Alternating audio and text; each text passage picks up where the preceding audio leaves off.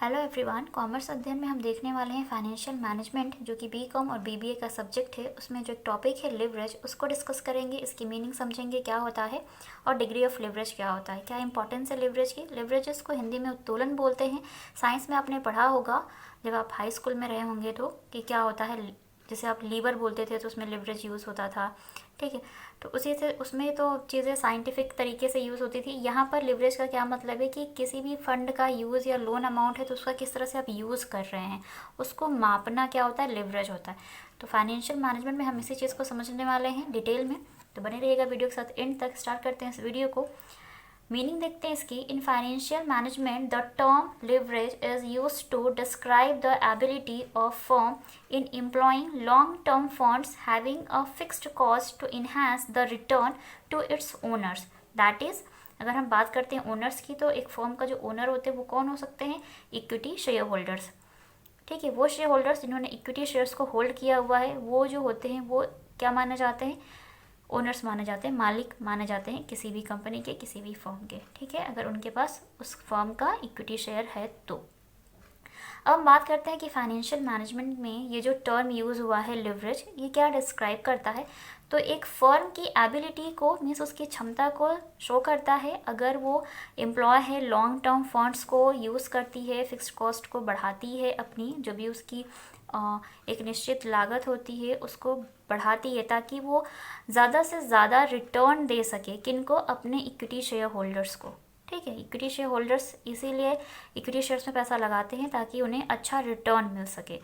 तो जो फर्म होती है वो लॉन्ग टर्म फंड्स को यूज़ करती है, फिक्स्ड कॉस्ट को बढ़ाती है ताकि वो ज़्यादा से ज़्यादा रिटर्न कर सके इक्विटी शेयर होल्डर्स को। ठीक है, तो ये लिवरेजेस होता है। और लिवरेजेस ज़रूरी नहीं है कि सिर्फ फर्म लॉन्ग टर्म फंड्स को यूज़ करे, हो सकता है वो बाहर से भी पैसे ले सकती है, लोन जो लेती, जो डेट्स होते हैं। ठीक है, so leverage also refers to the uses of loans. तो जो लिवरेज होता है वो ये भी एक्सप्लेन करता है कि किस तरीके से अगर एक फर्म ने लोन लिया हुआ है तो उस लोन अमाउंट को वो कैसे यूज़ कर रही है। ठीक है, तो ये सारी चीज़ें जो होती है, ये लिवरेज डिफाइन करता है कि जो अमाउंट है, फंड है, लोन अमाउंट है, उसको किस तरीके से यूज़ किया जा रहा है और किस तरीके से शेयर होल्डर्स को ज़्यादा से ज़्यादा रिटर्न प्रोवाइड किया जाता है। ओके, अब हम बात करते हैं कॉस्ट की। तो एक जो फर्म होती है, जैसे फिक्स्ड कॉस्ट होती है ना, तो फिक्स्ड कॉस्ट कैसे इन्हांस कर सकती है अपनी। तो वैसे तो टोटल कॉस्ट होती है, एक फर्म की जो कॉस्ट होती है टोटल कॉस्ट ही मानी जाती है। जब भी कोई फर्म होती है अपनी टोटल कॉस्ट को फाइंड आउट करती है, तो ये जो टोटल कॉस्ट होती है वो 2 कैटेगरीज में इसको डिवाइड कर दिया जाता है। First is variable cost and second is fixed cost. Variable cost का मतलब है कि वैसी कॉस्ट जो हमेशा चेंज होती रहती है, फिक्स्ड कॉस्ट जो होती है वो फिक्स्ड होती है, चेंज नहीं होती है। ओके, थोड़ा सा वेरिएबल कॉस्ट को हम देख लेते हैं किस तरीके से चेंजेस होगा। Variable cost varies proportionately with the volume of sales.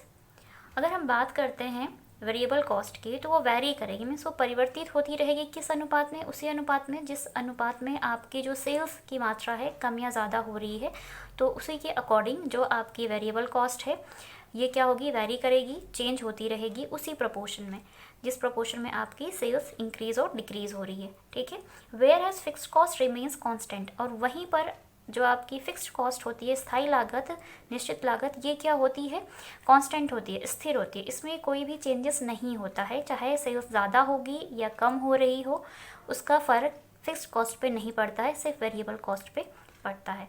Okay, तो ये हो गई variable cost and fixed cost. Next अगर हम यहाँ पर बात करते हैं, larger the presence of fixed cost higher is the leverage.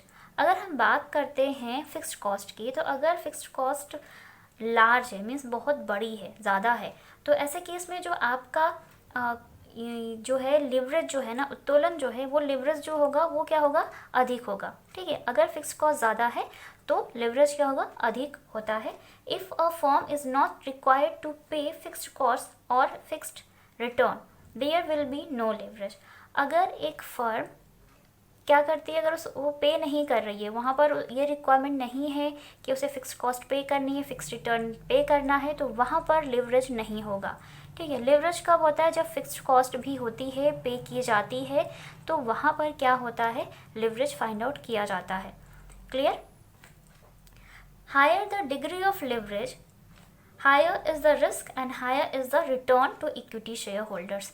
अब अगर हम बात करते हैं डिग्री ऑफ लिवरेज की, तो अगर डिग्री ऑफ लिवरेज हायर है मीन्स ज़्यादा है, तो वहाँ पर रिस्क भी क्या होता है, ज़्यादा होता है। सपोज़ ये ऐसा है कि अगर डिग्री ऑफ लिवरेज 3 आता है या मान लीजिए 4 आ रहा है, और फिर बाद में आपने फाइंड आउट किया तो डिग्री ऑफ लिवरेज 5 अगर आ रहा है, तो 4 के कंपैरिजन में अगर 5 आएगा तो वहाँ पर रिस्क जो है वो ज़्यादा होगा, ठीक है, और 4 आएगा तो रिस्क कम होगा।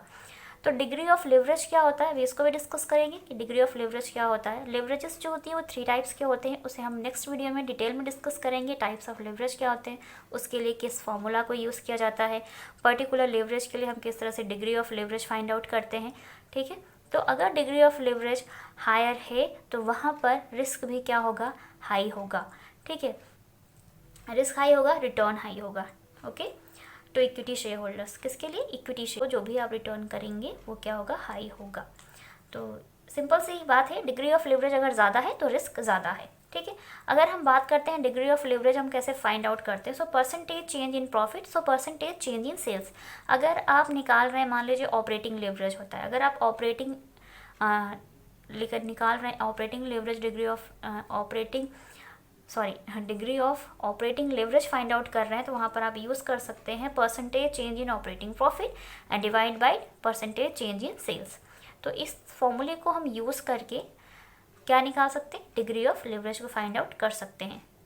3 टाइप्स के लिवरेजेस होते हैं, उसको हम नेक्स्ट वीडियो में डिस्कस करेंगे। ऑपरेटिंग लिवरेज, आपका financial leverage and combined leverage, इन सभी को डिटेल में हम डिस्कस करेंगे नेक्स्ट वीडियो में। इस वीडियो में मुझे यकीन है लिवरेज क्या होता है, किस तरीके का होता है, ठीक है, किस टाइप के होते हैं, टाइप्स हम नेक्स्ट वीडियो में डिस्कस करेंगे। मुझे यकीन है आपको इस पॉइंट से समझ में आ गया होगा कि कब लिवरेज हाई आता है, कब लिवरेज नहीं आता है, और इसकी मीनिंग क्या होती है, ठीक है। तो लिवरेज ज़्यादातर क्या होता है, आपका जो भी आपका फंड है या जो आपका लोन अमाउंट है कहाँ पर किस तरीके से यूज़ किया जा रहा है उसको मापने का काम करता है, ठीक है। रिस्क ज़्यादा होगा या कम होगा, इसे आपके सामने प्रेजेंट करता है।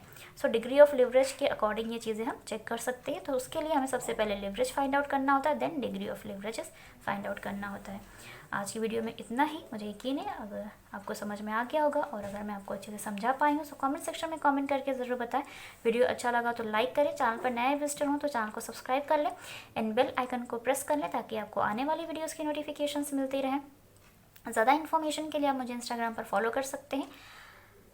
आज की वीडियो में इतना ही, मिलते हैं नेक्स्ट वीडियो में, तब तक के लिए take care and thank you so much for watching this video.